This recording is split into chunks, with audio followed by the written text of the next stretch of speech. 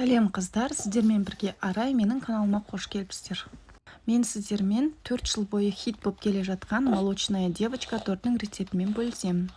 Ең алдымен ұнды електен өткізіп алып, үстіне қопсытқыш қосып дайындаймыз. Бөлек табаға сгущенканы құйып, оның үстіне жұмыртқаны салып араластырамыз.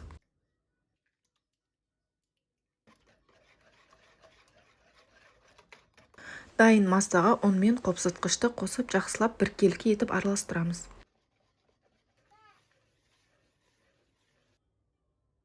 Қатты сұйық емес, қатты қою емес, біркелкі масса шығу керек. Пергамент қағаздарына дөңгелек етіп сызып алып, осылай құйып шығамыз.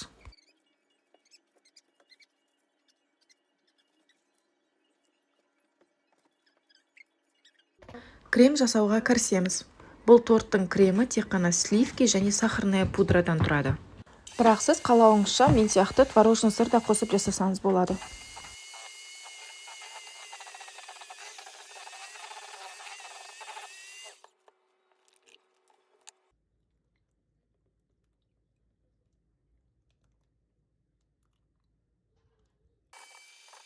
Креміміз дайын, енді тортты жинауға кірісеміз.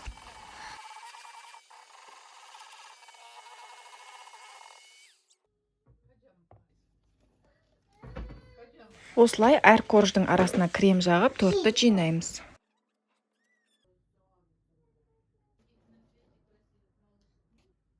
Тортты жинап болған соң кем дегенде 4-5 сағатқа тоңазытқышқа қалдырамыз. Сол кезде кремі жақсы сіңіп, жұп-жұмсақ торт шығады. Видео қарап отырған кезде түсінбеген сұрақтарыңыз болса, комментарий бөліміне қалдырыңыздар, міндетті түрде жауап қайтарамын.